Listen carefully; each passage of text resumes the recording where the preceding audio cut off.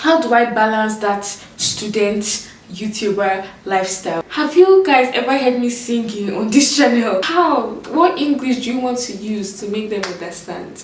Do what you want to do regardless, and the world will adjust. What is that noise now? So disrespectful though.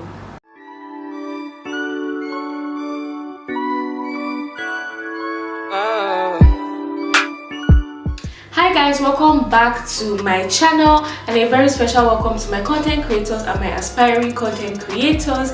If this is your first time on my channel, you are very welcome. If you are a returning subscriber or viewer, thank you so much for your loyalty and your love. So if you're seeing this face for the first time and you're wondering what this video is, this is episode 5, which is the final episode of a series that I created for my channel. This series is called YouTube 101, and in this series we talk about all the tips and tricks concerning YouTube, how to start a channel, how to grow a successful channel, and the different ways that you can make the YouTube algorithm favor you. I suggest that you go and watch episode 1 to 4. I'm going to leave the link right up here on the screen. Go and watch those other episodes before coming to this one, because what we're going to be doing in this video is a Q&A session. So I reached out to you guys. I told you guys to ask me any questions that you may have concerning YouTube or just anything about content creation in general. So I was able to gather up all your questions from my Instagram, from the comment section, from my DMs, and I'm going to be answering the questions for you guys. Without further ado, let's get right into the video. So guys, I have all the questions right here on my phone, and I'm just going to be putting the questions right here so that you can see them. The first question says, what is your biggest fear about posting videos on YouTube? I'm just always scared about the feedback I'm going to get when it comes to posting the videos, because a lot of work goes into creating these videos. So I'm just always worried about if I'm going to get a return of the work that I put in terms of subscribers, in terms of views, but most importantly in terms of watch time and audience retention, or somehow the message that I was trying to pass across in that video, maybe I did not do it properly, you know, things like that. I'm just always concerned about feedback when it comes to posting videos on YouTube. The next question says, I was wondering, how do you stay inspired, like in the context of ideas and content? As funny as this may seem, I'm actually so blessed, thank God, because I hardly run out of content ideas.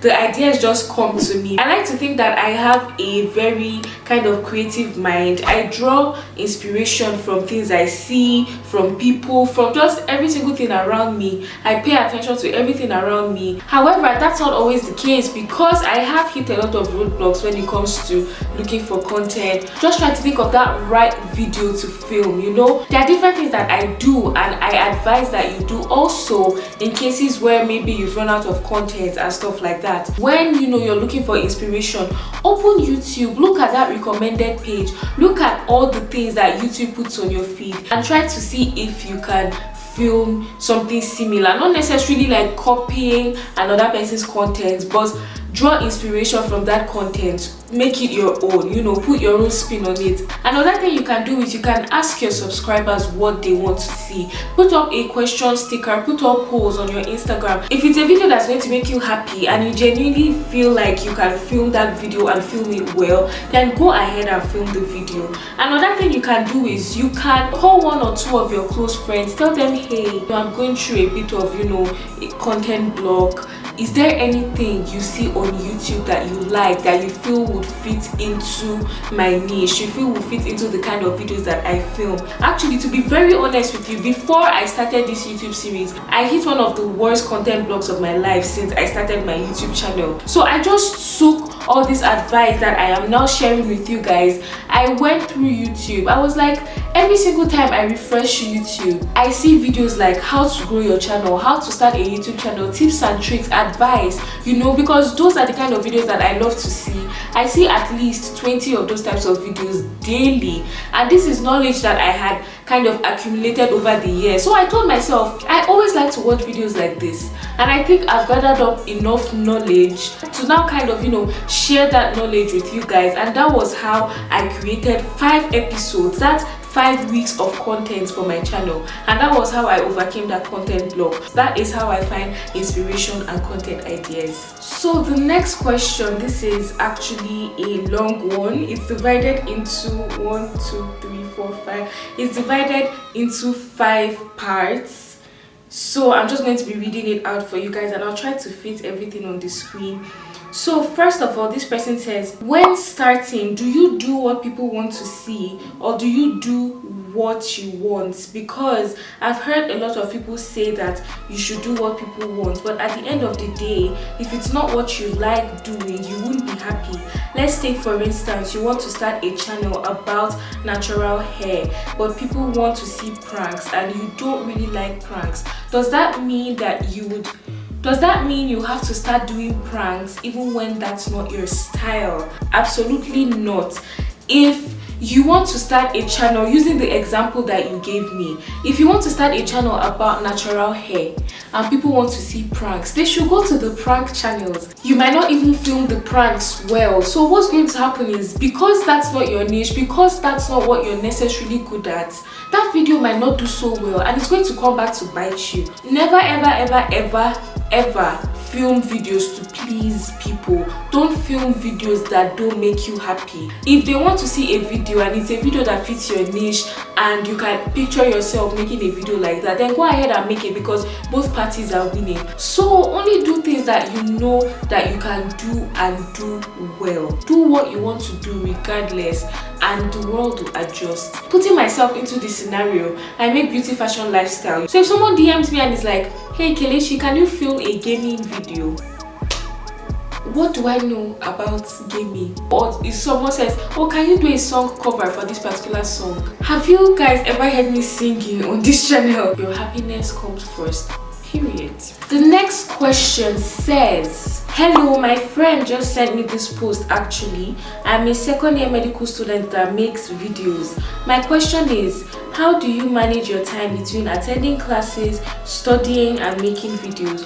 Go right now to check out your channel. Thank you. Thank you too. Thank you so much. So how do I balance that student YouTuber lifestyle? I'm in medical school 1 minute, I'm making YouTube videos the next minute. It's actually really stressful. But you know, the funny thing is that when you love something, you just always make time for it. And that's just the same thing when talking about medicine and YouTube. I love medicine, but I also really love YouTube as well. So I try my best to split my time. My entire day is always scheduled. The nights before, I always try to sit down for a few minutes and try to organize the next day. The little free time I have that, you know, other people would use to go out, see their friends, go watch a movie, I would spend my own free time sitting at home and making videos. My consistency at the moment, to be very honest with you, is because of the whole lockdown and quarantine that's been going on. It has given me so much time. I don't have to leave my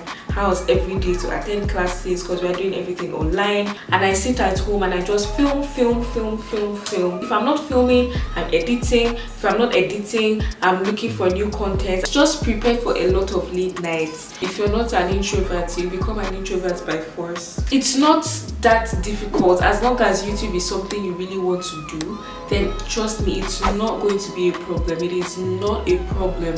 One thing I'll just say particularly is, don't let YouTube affect your studies. Don't start failing in school because you're trying to be consistent on YouTube. YouTube can wait sometimes, you know. It's okay, the world won't end. Don't fail in school because you have a YouTube channel. No. How are you going to explain that to your parents? How are you going to explain that to your parents? How? What English do you want to use to make them understand? I can just imagine telling my father that, if I'm not mad. Next question says, Kelechi, hey, hi. I'm working on starting YouTube. Please, do you have any advice for me? So this was actually a DM. So I went further to ask her if she wanted to know anything specific. So she now went further to say that, well, my struggle for now is just the fear of not having content. So I already asked her something similar like this before, in terms of, you know, trying to find inspiration. But in her case, she has not actually started her channel. She's still working on starting YouTube, like she said.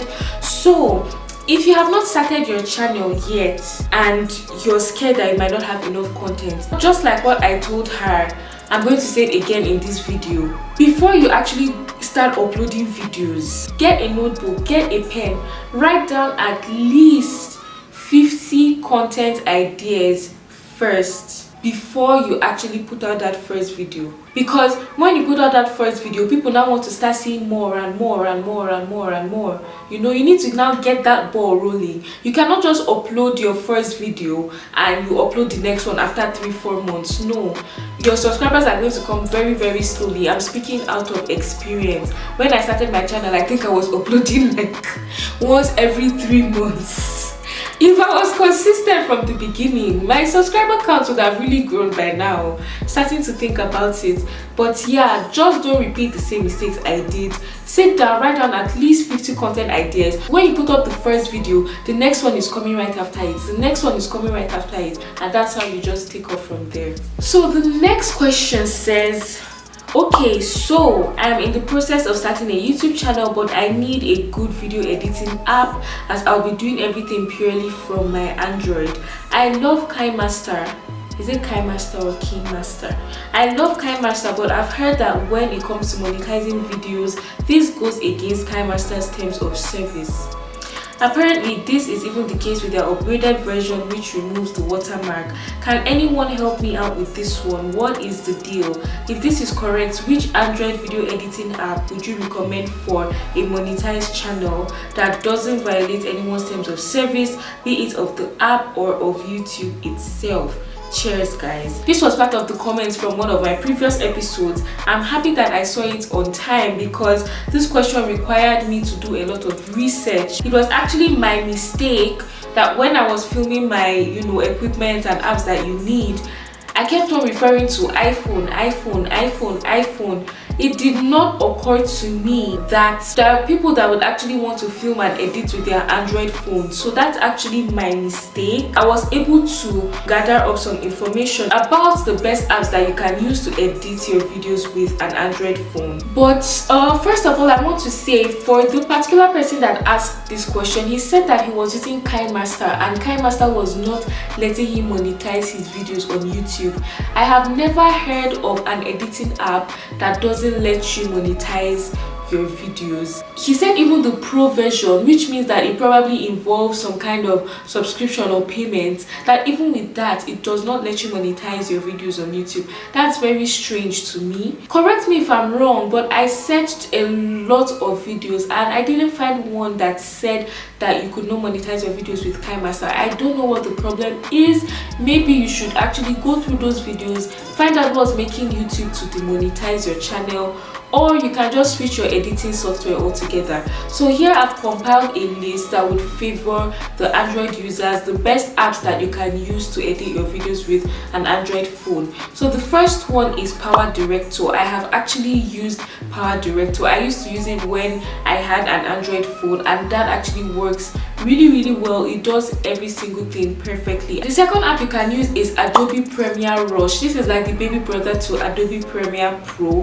But what you have to know about Adobe Premiere Rush is that it is actually not compatible with every single Android device. So before downloading it, if you choose to download it, you should actually do more research to find out if Adobe Premiere Rush can work on your phone or not. The next app you can check out is called InShot. Now, InShot has a free version and a paid version, but the good thing about InShot is, yes, the free version has a watermark, but what you have to do to remove the watermark from InShot is ads are going to appear on the app. So in order to export your video without a watermark, you have to watch all the ads to the end. So that is one benefit with editing with InShot. The next app is Vilo or Vilo. I don't know how it's pronounced. It's VLLO. So this is another very good editing app that you can use. It has very nice advanced features. Again, there's a free version and there's a paid version, just depending on what you want. So to the person that asked this question, I hope I've been able to help. So next, not a question. I'm so proud of you, baby girl. Keep it up. Oh, Thank you so much. Thank you. It's not easy, but we try. Another one says, okay, see, I have no questions to ask you, but good job, Mama, you're doing very well. You guys, let me just tell you now that I've tried to give up YouTube so many times, but even if it's just one person that tells me, Kayce, I like your videos, Kayce, you're doing well, it does a lot. You guys might not realize, even if it's just one word, even if it's just a heart emoji, it does a lot, because this thing called YouTube is very draining sometimes. It can really get in your head sometimes. So the support actually goes a long way. I appreciate this message so much. If you took out your time to type this, thank you so much. Next question, what's your biggest challenge? I think she meant challenge. I think this is a typo. So what's your biggest challenge on YouTube? Where do I begin? Where do I begin? There are many. I'll try to maybe give you the most important one. I already spoke about, my biggest fear, talking about feedback and stuff. I'm very shy. You might not be that way now, but if you look at my other videos, there was a time I used to talk and my voice would be shaking. Like, hi guys. I think I'm not as camera shy as I used to be, but even till this day, sometimes before I film videos, I get a lot of anxiety. Like when I was about to start this series, when I switched on my camera to film the first episode, I almost got a panic attack because I don't know how this series was going to go. At a point, I just stopped the video and I was like, Kayce, what are you doing? You're saying nonsense. So these are just like the things that happen behind the scenes and you guys don't see. I had to give myself a pep talk for like 10-15 minutes. Switch on that camera. You can do this, you can do this. I support you. You're going to do, like, I had to, because no. It's not easy, really. It's not easy. Sometimes I'm about to film and I get so much anxiety. My palms start to sweat. I start shaking. I don't know why it's still happening till now. I don't know if it's ever going to stop happening, but I heard somewhere that if you're not nervous about it, then that means you don't care about it. So I think maybe that means I care. YouTube for me now is not as challenging as it used to be. So I think you just kind of grow and you become better. Very unforeseen circumstances can happen, but like regardless, just push through, fight it, and you'll be fine. Okay. So next question says, my favorite YouTuber. Oh, thank you. How do you put songs in your videos without being copyrighted? I like this question because this tells me that this person is a rule breaker. This person is a rebel. Like I said before, you should avoid copyright as much as you can. Putting copyright songs, even if sometimes they might not copyright your video, it is a big risk. However, there is a way to beat the copyright system, and you not hear it from me. So the secret is you have to insert just 7 seconds, nothing more, just 7 seconds of that particular song. If it's just 7 seconds, YouTube does not detect the song. You can upload the song and you won't get copyrighted. But if it does not happen for you, don't come back and blame me. This is just what I do and it has worked so far. Okay, so the next question says, any advice for new YouTubers? Of course I have advice. Of course I have loads of advice. The first thing I want to say is, of course, don't be so hard on yourself. Have fun with the process. When you're starting out, a lot of people are going to have a lot of things to say. I can remember when I wanted to start my channel and I told a friend about it. And the first thing she said straight to my face was, nobody's going to watch you. Don't listen. Block out the negativity. Block it. Your first YouTube video is always going to be the hardest. It's only going to get easier. You're only going to keep growing and growing. You make mistakes, yes. You fail, yes, but you're going to learn from it and you just turn it into lessons. What is that noise now? So disrespectful. Don't get so wrapped up into numbers. Don't feel sad or discouraged if you're not growing as fast as you want to. Don't make everything about the numbers. Upload content because you want to upload content, and also don't compare yourself to other people. Don't compare their number of subscribers to your number of subscribers. Just do you. Be in your own little bubble and just do what makes you happy. Don't compare yourself, because comparison is what? Comparison is the thief of joy. The only person you should compare yourself to is you.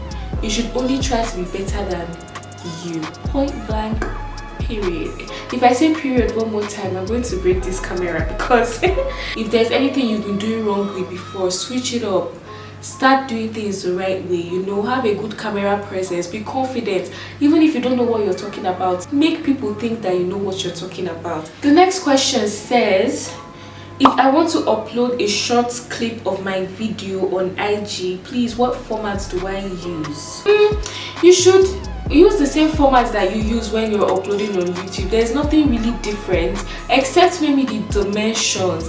It depends on what you want. If you want the normal landscape mode, which is the way you would format a YouTube video, then you should do the normal 1920 by 1080. But Instagram, some videos are like portraits, especially with the makeup tutorials. I'll insert an example of what I'm talking about here. If you want your video to be that close, then you should use the dimension 1080 by 1350. That's going to like really crop and zoom the video in. But regardless, the format stays the same. You should upload your video at 60 frames per second, full HD. You can use an MOV file or an MP4 file. Nothing really changes except the dimension, depending on if you want the video to be landscape or portrait mode. So next question. This question says, I want to know how you edit your videos and what presets you use for your Instagram page. An Instagram question. I get so many of these.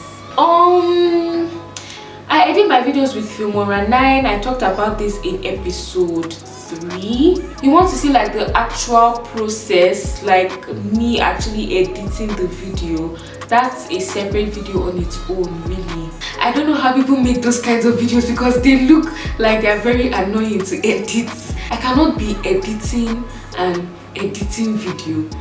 Do you guys know what I'm talking about? But if there's something specific maybe you've seen on my channel and you're wondering, oh, how did she do that, then just hit me up and I can show you personally. The second half of this question says, what presets do you use for Instagram? I'm always very skeptical about sharing my Instagram editing process. You guys could hate me, but I feel like I share everything.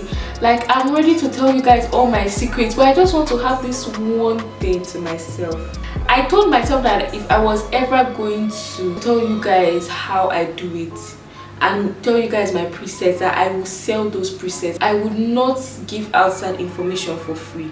Next question. Another video of how you edit your picture. Another video of how you edit your pictures and how you arrange your feed. So what we are going to do is we are going to meet in the middle. Let's not be like I'm a wicked person. We are going to meet in the middle. If you really want to see how I edit my pictures, comment the word edit down in the comment section. I'll have a number in my head of the amount of comments that I want to see. I need to see a reasonable amount of those comments before I can consider making a video about how I edit, and I'm going to find a way to sell my presets because I'm not about to give out that information for free. If I see a lot of those comments, then I will start working and planning towards that video. That's how we are going to compromise here. See, I love you guys so much. I'll do anything for you guys, period. The last question says, thank you for making YouTube videos 101. Oh, there couldn't have been a better last question, although this is not a question, but thank you so much for watching. Thank you to everyone who took out their time to type in a question. This journey has been amazing from episode 1 down to this episode 5. So I hope with all the episodes you can willingly and confidently now start a YouTube channel and start it well. So yeah guys, this series has ended and you can begin to enjoy those contents that I usually film again. And yeah guys, if you like this video, make sure you give it a thumbs up. If you're new to the family and you've not subscribed, we have a lot of fun over here. It's nothing but good vibes. Hit the subscribe button down below, turn on your bell notification so you get notified whenever I upload a new video. Thank you so much for watching. I love you and I'll see you in my next one. Bye. Mwah.